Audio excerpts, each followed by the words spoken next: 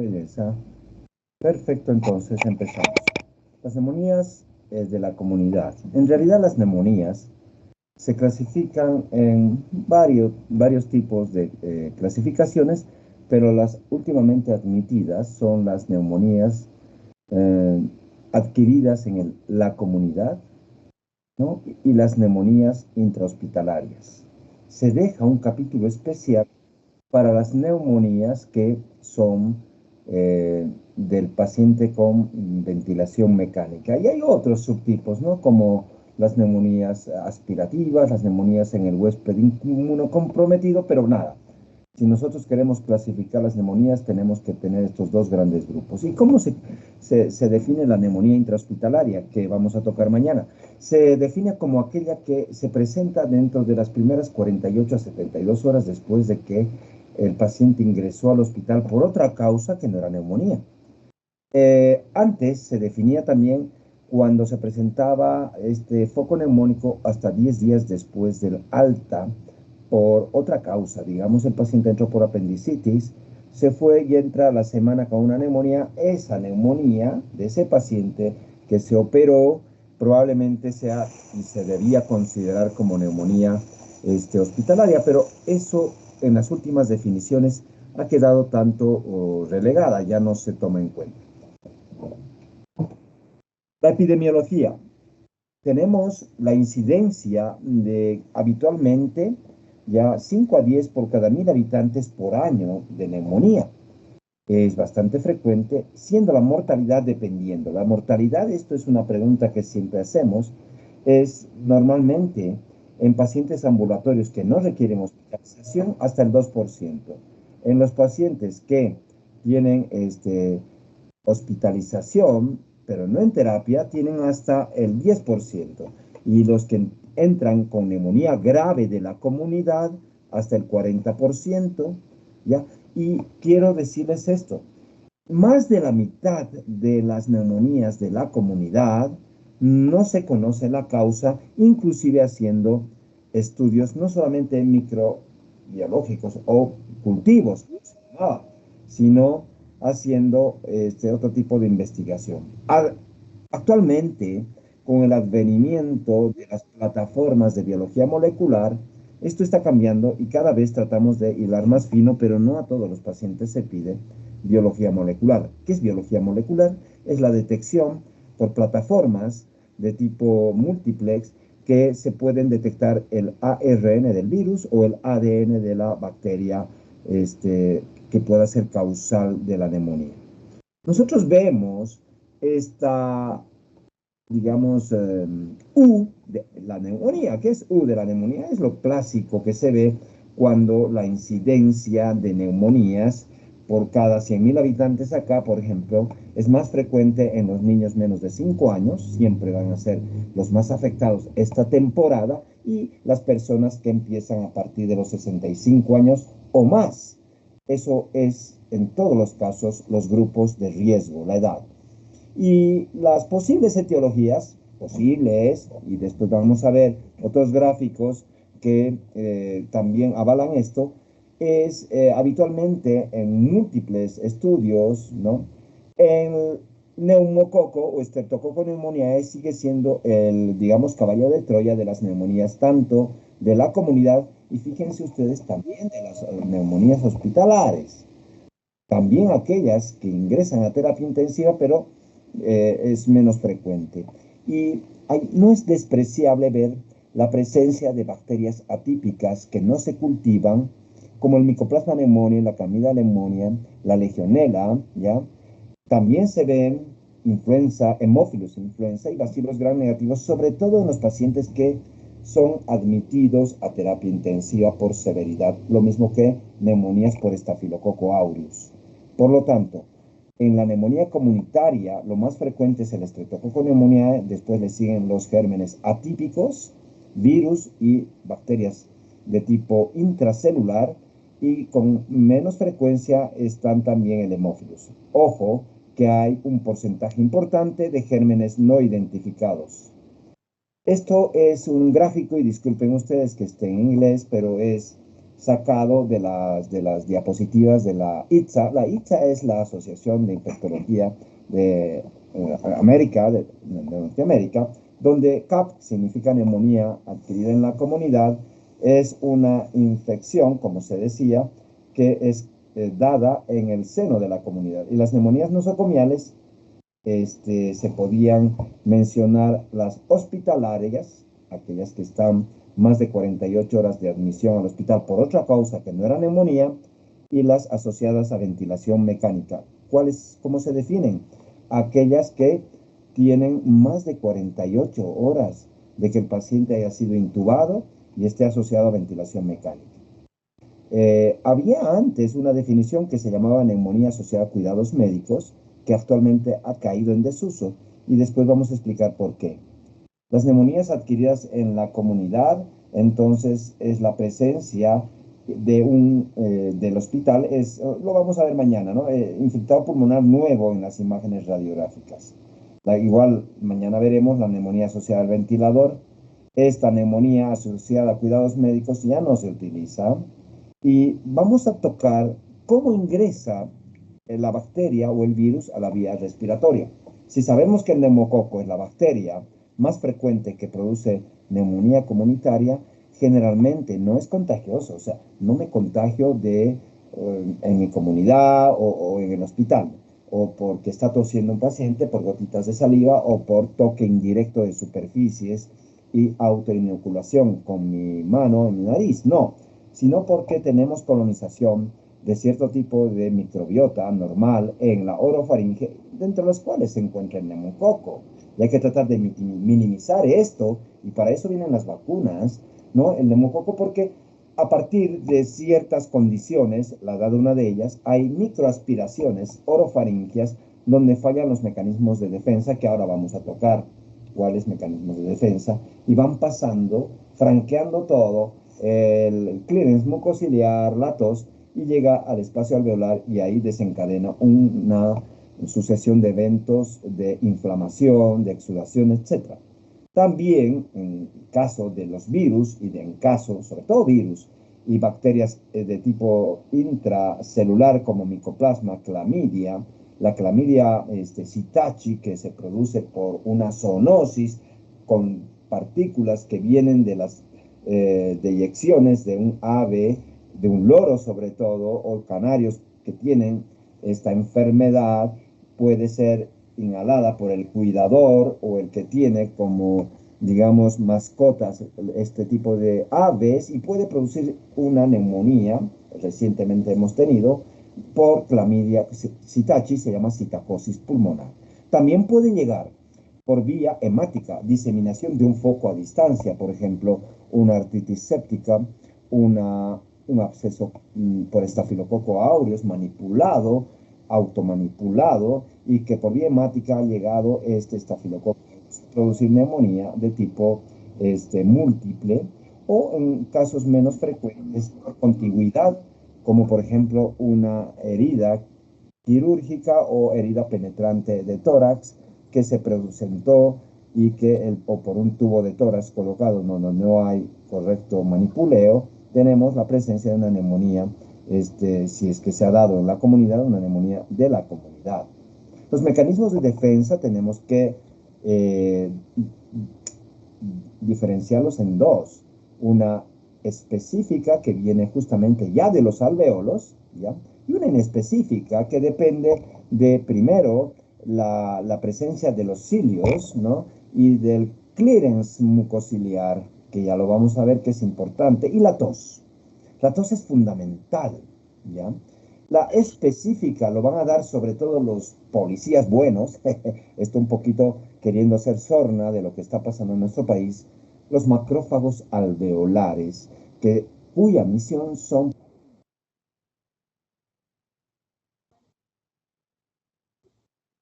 para empezar a liberar cierto tipo de sustancias, empezar a fagocitar y desarrollar, digamos, la inmunidad celular, pero también activar inmunidad de tipo humoral. ¿Qué es esto? ¿Se está viendo todo bien?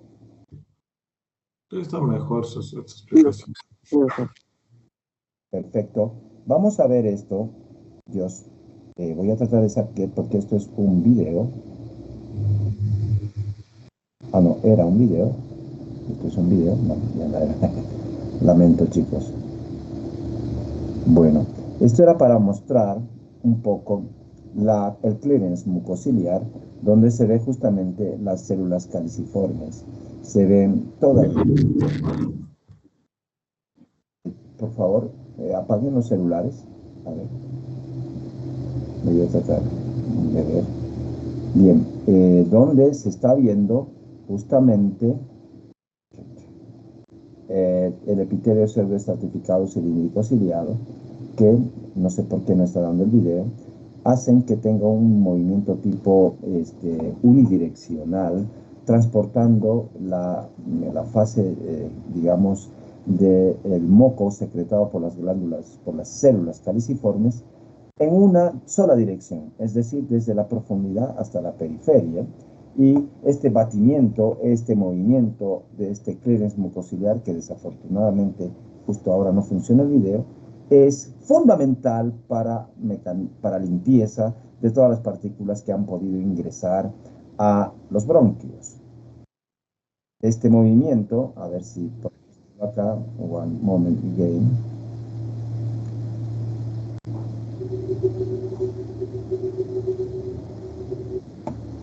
Es esto, ¿no? A ver, veamos.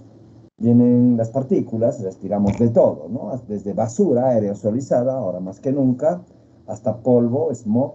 Ingresan muchas partículas, ingresan virus, ingresan polen. Y ahí ven ustedes el moco, como que se presenta por la secreción de las células Globet, ¿ya? Ese moco queda ahí en la superficie, pero no se queda, sino que empieza a ver este movimiento de barrido de los cilios, transportando desde la, digamos, superficie hasta la profundidad. Voy a, paro ahí, ya espero que se haya visto bien, ya que no hemos podido ver esos otros videos. Pasamos a ver esto, ya, donde se ve que las células ciliadas, que es importante mencionar esto de histología, lo sabemos, cada una tiene unos 25 a 30 cilios. Algunos dicen que tienen más y tienen una longitud y disposición especial, una disposición de tipo microscópica fundamental. Cada cilio, no sé si se acuerdan, tiene como 9 pares de microtúbulos periféricos y 2 centrales, ¿ya? Que tienen ahí cierto tipo de proteínas que se unen a las centrales en unos brazos especiales que se llaman de nexina y también de dineína, que estos brazos de nexina y dineína en pacientes alcohólicos, en pacientes que fuman VAPS, en pacientes que son desnutridos, están disminuidos y por lo tanto son proclives a tener neumonías aspirativas, microaspiraciones o macroaspiraciones, que en definitiva van a conllevar a la presencia de neumonía.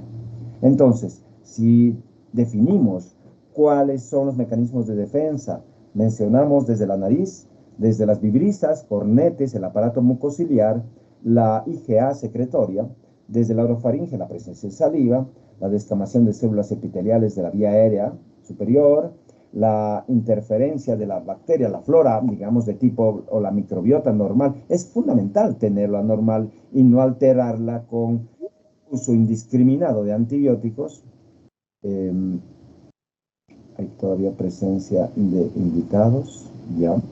Y esto es a nivel del pH, las vías de tráquea y bronquios, la tos, el reflejo epiglótico, el clearance mucociliar, la IgA secretoria, IgG, IgM, y en los bronquiolos y en los alveolos, además de los macrófagos alveolares y neutrófilos, la presencia de surfactante, fibronectina, complemento, hacen todo lo que se llama sistema de defensa. Y si no pensamos en esto, no vamos a estar en Narnia pensando en que un paciente con una neumonía por neumococo nos puede contagiar.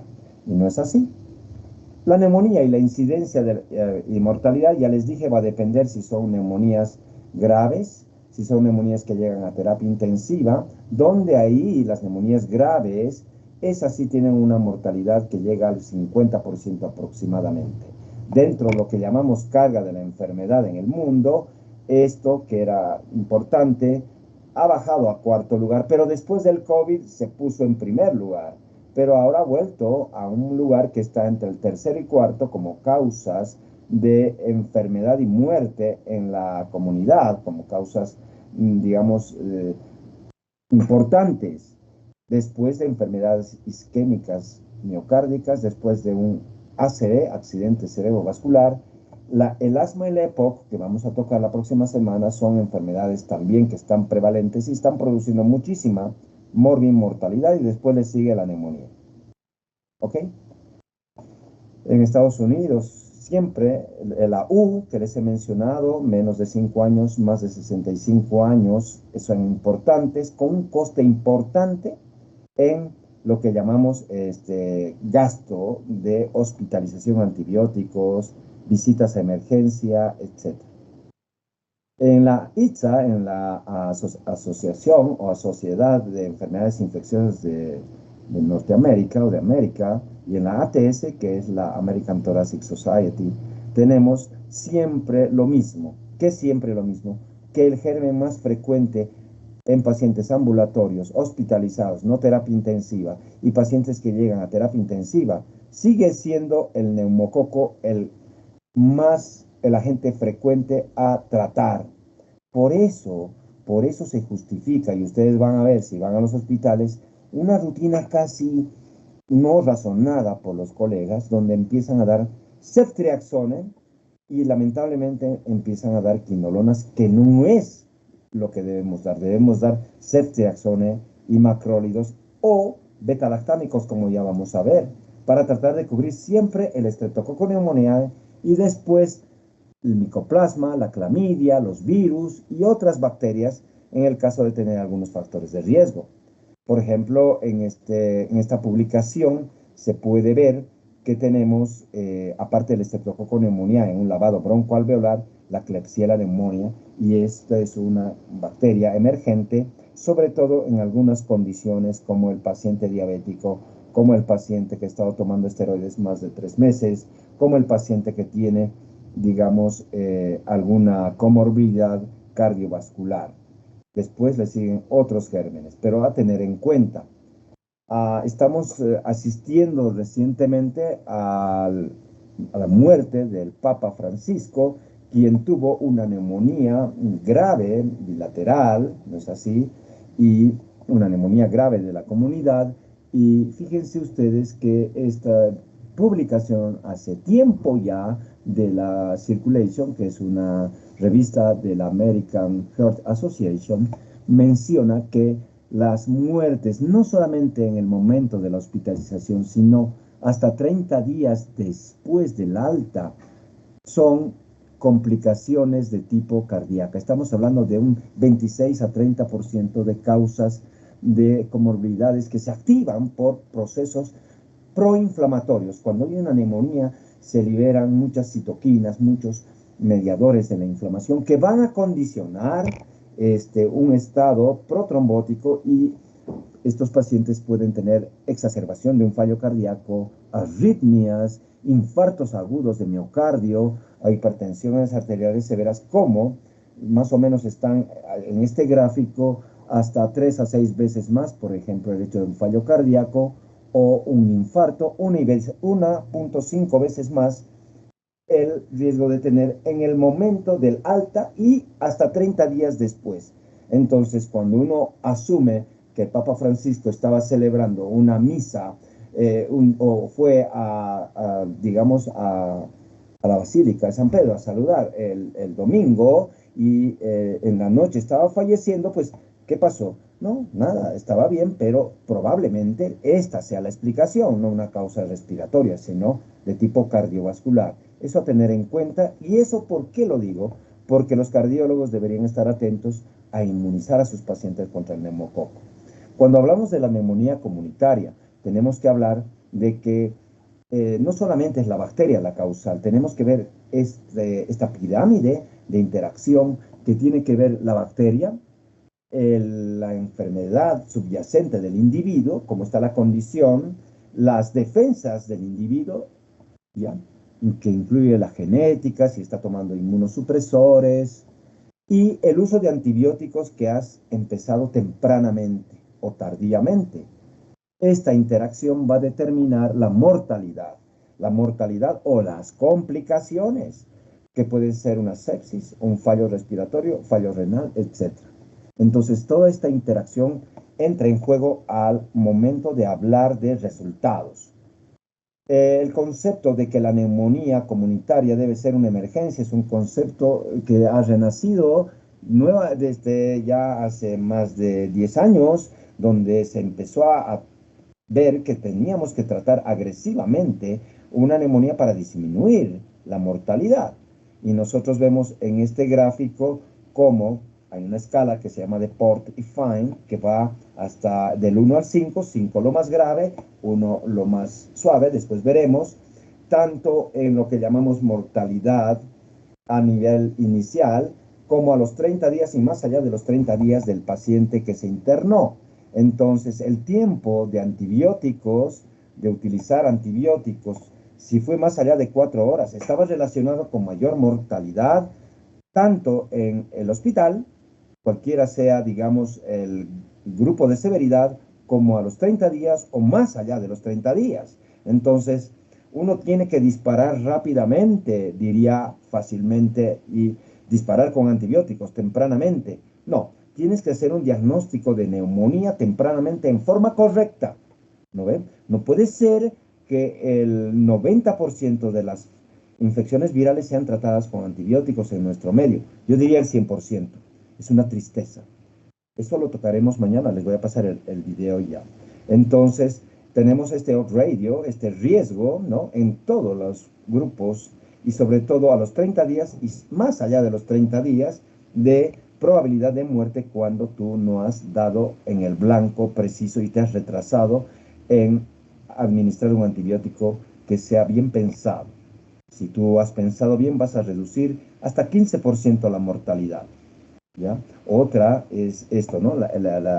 Cada hora de retraso lleva a la reducción de 7% en la supervivencia. Justamente eso, son las 4 a 5 primeras horas que tú en una neumonía que se supone que puede ser grave para un paciente, tienes que diagnosticarla y tratarla. Ya vamos a ver cómo empezar a diagnosticar. Etiología, ya les he mencionado, los tipos de bacterias, son el Streptococcus pneumoniae, el Haemophilus influenza y el Moraxella catarrhalis y el Staphylo aureus. Menos frecuentemente son grupos de tipo gram negativo. Las bacterias atípicas son 4 habitualmente o 3, Legionella, Mycoplasma y Clamidia. No se cultivan estas, se ven por anticuerpos y actualmente por detección de biología molecular, y los patógenos virales, dentro de los cuales siempre esta temporada tenemos que estar pensando en influenza A, también hay la B, y guarda con este rinovirus, que tengo justamente mañana la presentación que les voy a pasar, que está, uno pensaba que el rinovirus solamente era el virus que producía resfriado común y que se limitaba a la vía aérea superior, pero se ve cada vez más que tiene patogenicidad bronquial y alveolar, o sea que se están viendo neumonías y casos graves por rinovirus tipo C sobre todo, y en Cochabamba está circulando y nos está dando estas famosas toses. Bueno, microbiología, seguimos hablando de lo mismo, bacterias, virus, no voy a pasar, esto es algo que hemos sacado justamente de publicaciones de la ITSA y de lo que normalmente uno va revisando a nivel de sus colegas, y tenemos que ver que, cuidado, los patógenos a veces, por más de que hagas muchos estudios, no vas a pedir a todos biología molecular, no se estila así. Entonces hay un porcentaje importante que es habitualmente el 50% que no se detectan los gérmenes. Esta publicación fue hecha antes de la pandemia y fíjense que acá los más frecuentes eran los rinovirus, neumonías atípicas, rinovirus, sí señor, influenza, o sea, el virus de la gripe. No confundamos gripe con resfriado común. El Streptococcus pneumoniae, según esta publicación, hecha, si mal no recuerdo, en Gran Bretaña, ¿sí? En el estudio EPIC, veían que era la tercera causa. Y después le seguían virus como el metaneumovirus, sincitial respiratorio y, bueno, una cantidad de virus. Lo más importante de todo esto es ver en esa torta azul o celeste que virales solamente eran 22% y había una codetección de virus y bacterias presentes en un 3%. También había la posibilidad de detección virus-virus, es decir, puedo tener dos virus, puedo tener un metaneumovirus y un virus de la influenza o un virus, un rinovirus en un solo paciente. Entonces, hay infecciones o coinfecciones virales y virales bacterianas. Dos principios fundamentales en el diagnóstico para empezar a manejar los antibióticos. A ustedes que les gusta disparar fácil, digo a ustedes en realidad potencialmente, porque en realidad esta charla está destinada un poco a los residentes y a los médicos de emergencia, que cualquier síndrome faríngeo, cualquier tos es tratada como neumonía sin hacerle mínimos estudios de imágenes. Definir entre neumonía severa y no severa es clave. Encontrar factores de riesgo para lo que antes se llamaba neumonía asociado a cuidados médicos que tenían que ver con la etiología. Cuidados médicos era aquel paciente que tenía 90 días de estar en una institución tipo geriátrico o que tenía una herida quirúrgica a curar por enfermería o tenía un catéter venoso central o estaba en quimioterapia, ¿ok? O que estaba en diálisis, en hemodiálisis y que estaba por lo menos 3 meses en estos cuidados. Por eso se llama neumonía asociada a cuidados médicos. Y estos pacientes en especial eran portadores de un estafilococo meticilino resistente y una pseudomonas aeruginosa. En nuestro medio, cuando vemos pseudomonas aeruginosa, escuchamos a enfermería y a algunos médicos chillar, hacer un alarido y gritar ¡oh! Pero la neumonía comunitaria por pseudomonas, claro que existe, no es exclusivo del hospital. Hay pacientes que están portando pseudomonas y estafilococo meticilino resistente. ¿Habrá que disminuir la carga? Sí. ¿Habrá que intentar erradicar en este grupo de pacientes? Seguramente. En eso nos ocupamos los neumólogos que vemos patología pulmonar crónica. Pero muchos de estos pacientes que son portadores de estas bacterias y están estables, ¿no ven? Son contraindicados por anestesiólogos y echan un grito al cielo cuando en realidad podrían ser operados tranquilamente a última hora de la mañana o de la tarde para después hacer una decontaminación de quirófano. Pero como todo no se conoce, ahí les pongo este dato. Existe pseudomonas en la comunidad en pacientes portadores del mismo y también está Filomet R. Entonces, ¿cuáles son los factores de riesgo para ser portador de estas bacterias? Y esto es un fuerte riesgo de acuerdo a la ITSA. Cuando habitualmente se ha cultivado previamente o se ha aislado estas dos bacterias, cuando está hospitalizado en los últimos 3 meses por otra causa o cuando ha estado expuesto a antibióticos parenterales en los últimos 3 meses. Estos pacientes ya son de riesgo para tener estas bacterias, no solamente que estén con estos cuidados médicos. Y lo que tenemos que hacer es un hisopado, cultivo del hisopado, ¿ya? Para ver justamente la sensibilidad y especificidad de esta aportación del estáfilo, por ejemplo, donde el hecho de que salga negativo tiene un valor predictivo de casi el 100% de que no es portador. Y es fundamental antes, bueno, lo estábamos haciendo en su momento, hisopar a nuestros pacientes que son hospitalizados con estos factores de riesgo, que han estado usando antibióticos, que antes habían tenido estáfilo o que habían estado hospitalizados en los últimos 3 meses, hisopar, y si es negativo el cultivo, nada, seguimos adelante con el esquema inicial. Pero si sale positivo, no, ahí cambiamos el esquema. Si tenemos esta posibilidad de hacer el hisopado, pues no tendríamos que hacerlo si el paciente, digamos, ya era portador o había sido decolonizado previamente con antibióticos. O fíjense ustedes, paciente con bronquiectasia, mis pacientes habitualmente, o con EPOC, que ya eran colonizados, no vale la pena directamente, ya pensamos que puedan tener y empezamos el tratamiento con esa cobertura que ya lo vamos a ver. Ayer también tenemos la posibilidad de hacer PCR, que nos aumenta el costo, pero es más caro, entre comillas, dar un tratamiento empírico para estafilococo con linezolid que hacer una PCR, como está viendo ahí, un expert para enfermedades bacterianas.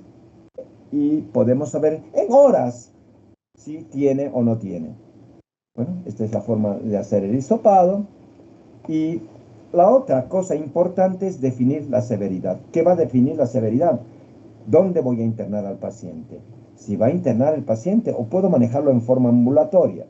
¿Cuál es el punto, estimados colegas? Estimados colegas, el punto es el juicio que puedan tener otros colegas cuando las cosas no vayan bien.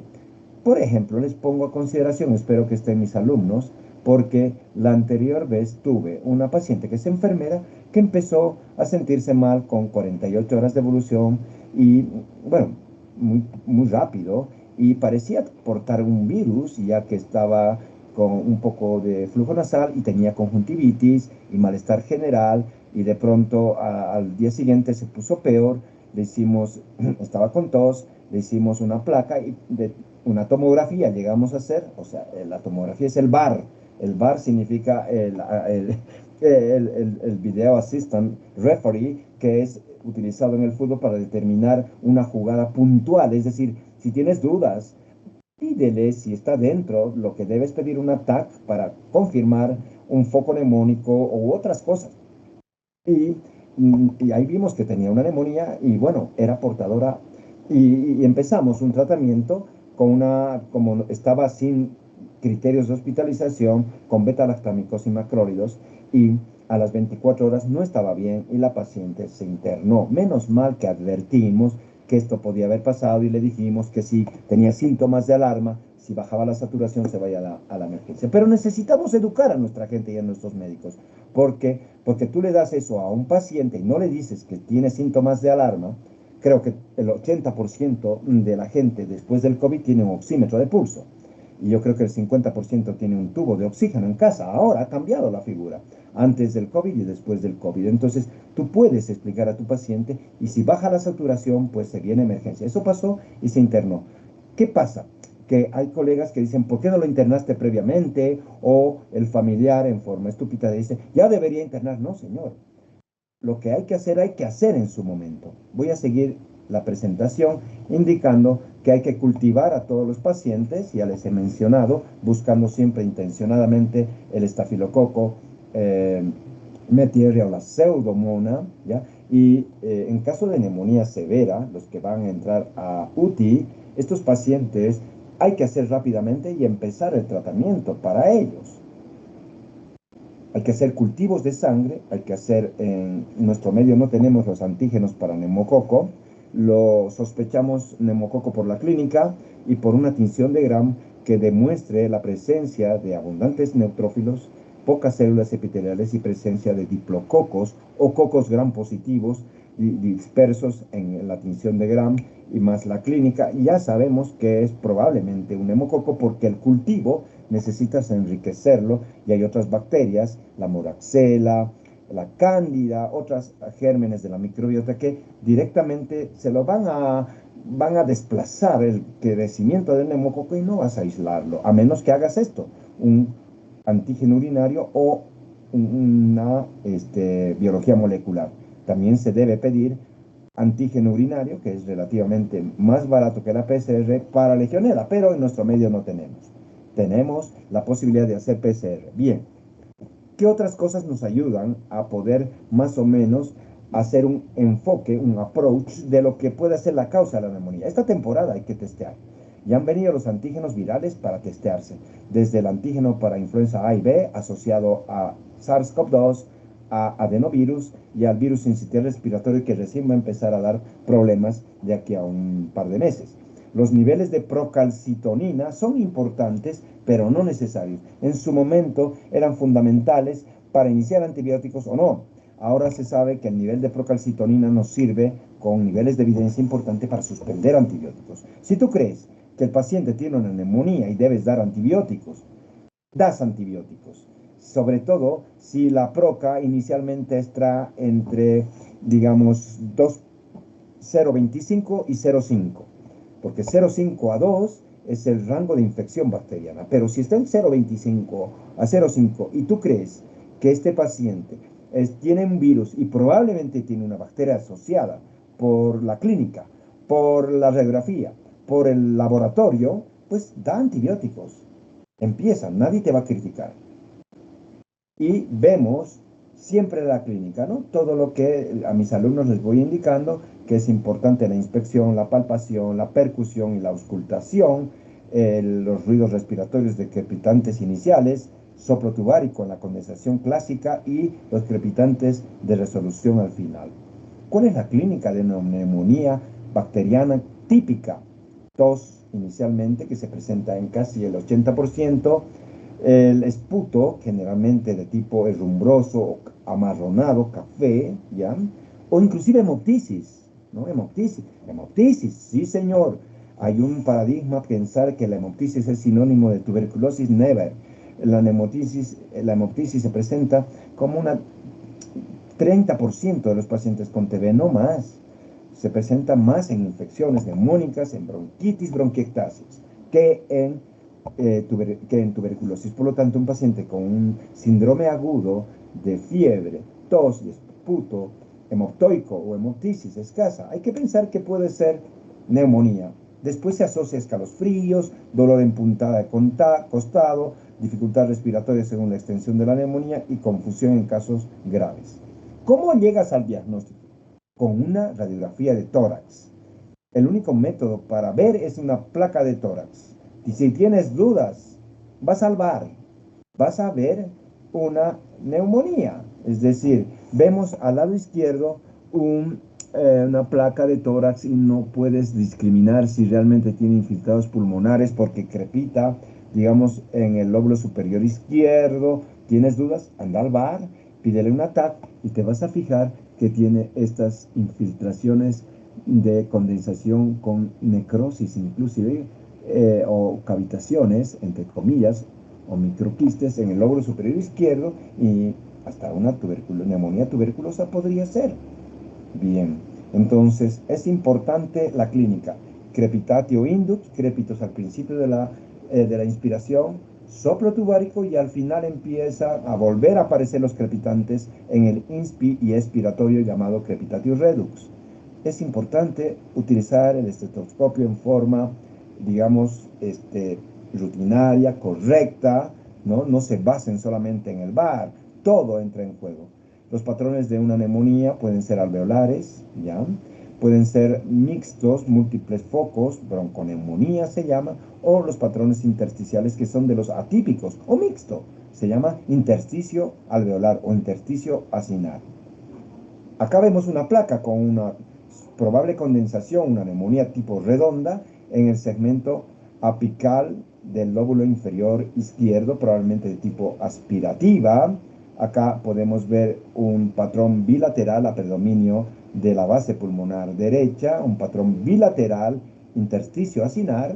Aquí vemos una estupenda condensación con el síndrome del lóbulo pesado, se llama la cisura menor, que está como caída, como pesado, probablemente sea por Klebsiella, no sea un neumococo en el lóbulo superior derecho. Y, por ejemplo, esto es un paciente que tenía 33 años y tenía esta neumonía por estafilococo.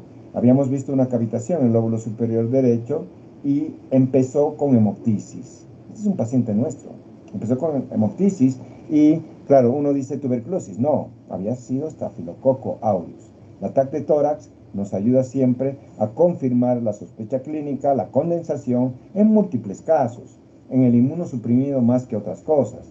Nos ayuda muchísimo en el paciente portador de VIH, en el trasplantado renal o trasplantado de órganos y también en el paciente que tiene neutropenia, menos de 500 neutrófilos por milímetro cúbico de sangre. ¿Qué tienes que pedir en estos pacientes? Esputo siempre, lo más temprano que sea posible. La rentabilidad es baja, ¿no? Lavado broncoalveolar antes se hacía en neumonías graves, ahora cada vez está relegado con el advenimiento de la biogeología molecular en casos muy extremos nada más. Cultivo de sangre, hay que hemocultivar siempre. Si tiene líquido pleural hay que picar y hacer un cultivo.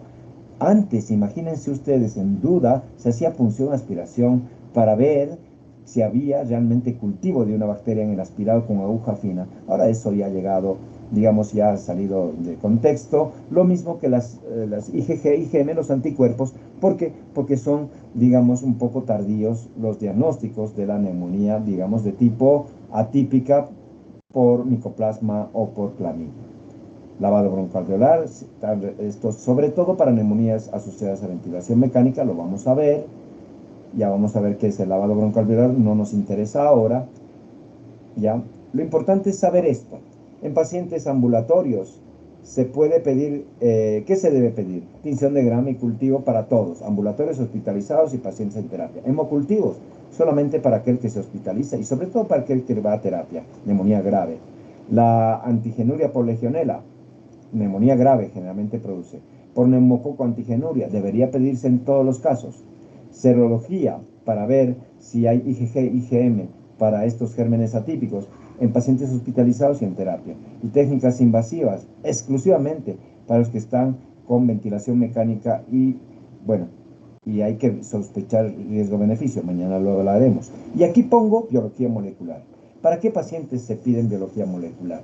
Para pacientes que están hospitalizados y tienen neumonías con riesgo de tener bacterias no habituales o virus que no han sido detectados, tal vez con un antígeno, sí hay que pedirlo. Eso es una de las indicaciones. Algunos mencionan que deberían pedirse en las tres situaciones, tanto ambulatorios, sobre todo en esta temporada donde queremos mapear qué virus están circulando en la comunidad.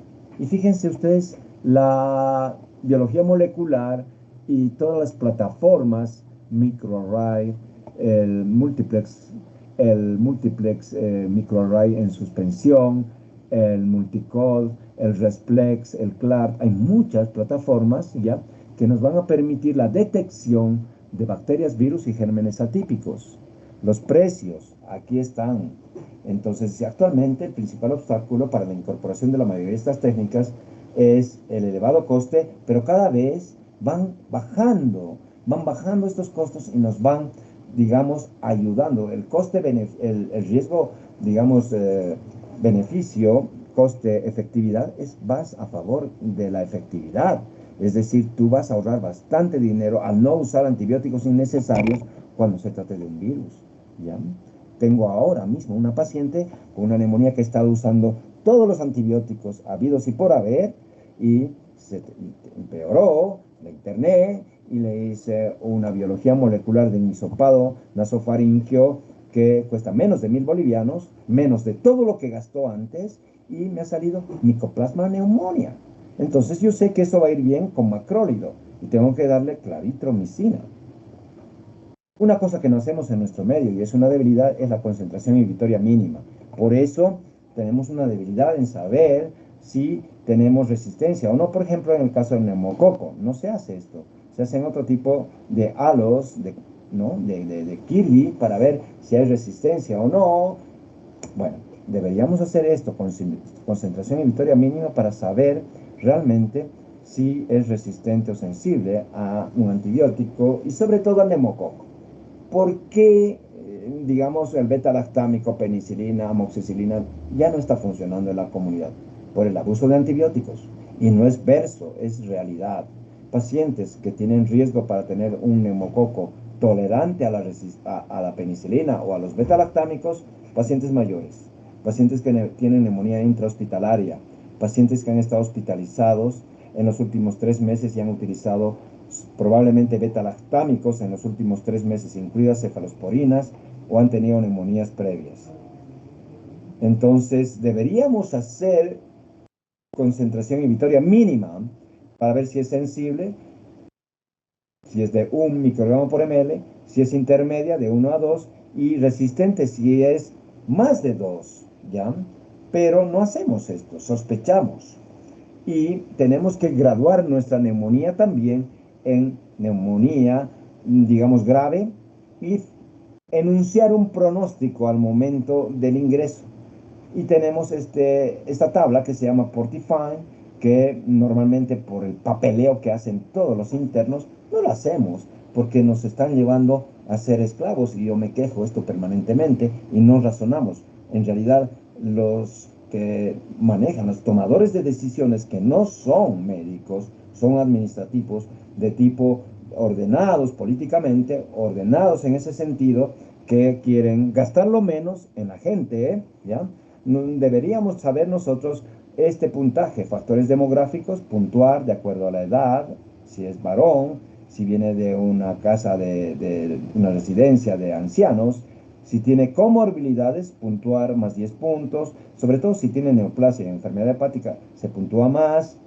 El otro dominio es el examen físico, de acuerdo a los signos vitales y el estado mental, y el laboratorio básico que incluye una gasometría, una función renal, electrolitos, hematocrito, glucosa y la placa de tórax. Y se va puntuando de tal forma que con estos 4 dominios tú tienes el riesgo de que se muera según este puntaje.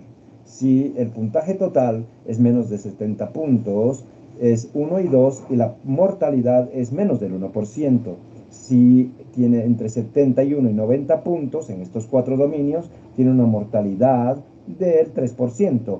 Si tiene grado 4 de Portifine, de 91 a 130 puntos, hasta el 10% de mortalidad. Esto ya entra dentro de las neumonías relativamente graves, y alto riesgo es cuando tiene más de 130 puntos. ¿Qué es alto riesgo? Que se puede morir más del 10% de estos pacientes. Para internar a tu paciente no te basas en estos criterios de Portifine. ¿Por qué? Porque tarda en llegar a los laboratorios al día siguiente, etcétera, etcétera. Pero tú puedes tener el CUP65 inmediatamente, que es una escala utilizada mundialmente que incluye confusión mental, la urea, a veces se salta la urea y simplemente se toma en cuenta la confusión mental, la frecuencia respiratoria, la presión arterial y la edad. Cosa que si tu urea está más de 20, puntúa un punto, ya van a ver ustedes, frecuencia respiratoria más de 30, una inestabilidad hemodinámica menos de 90-60, también puntúa un punto, y más de 65 años de por sí ya es riesgo.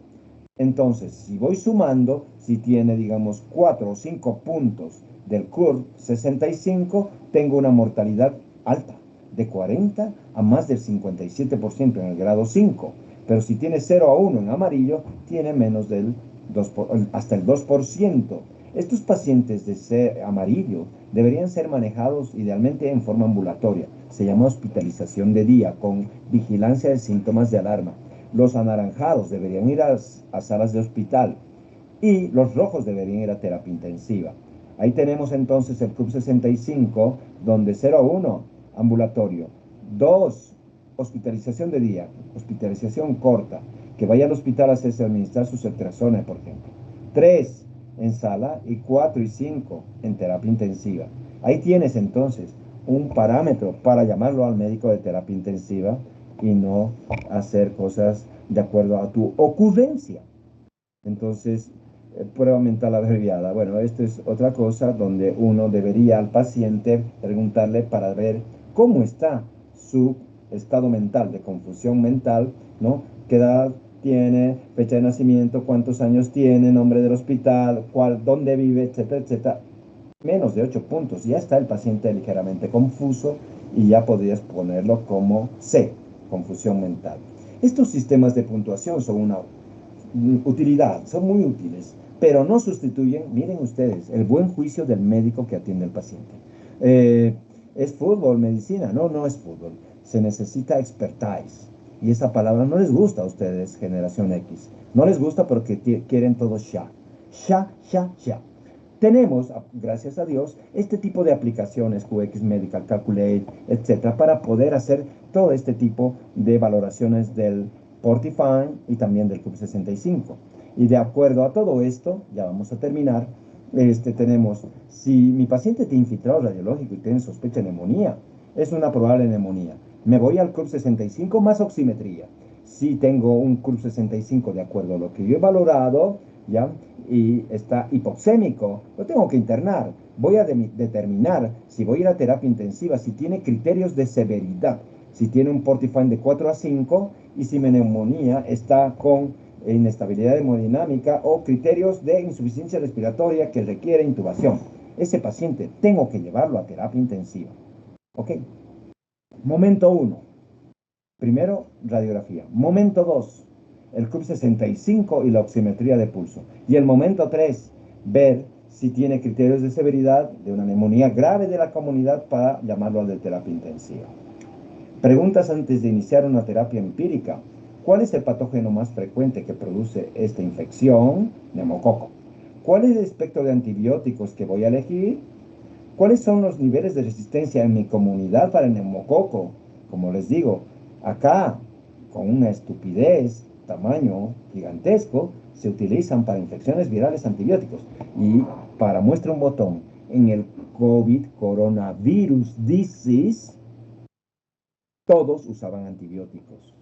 Por lo tanto, acitromicina, que ahorita en mi hospital es el único macrólido que tenemos, como se ha usado, se ha abusado como si fuera un antiviral, prácticamente, y no tenemos pruebas de saber resistencia para los macrólidos. Tal vez algunos autores médicos nos puedan, digamos, dar esos datos, pero no lo estamos manejando.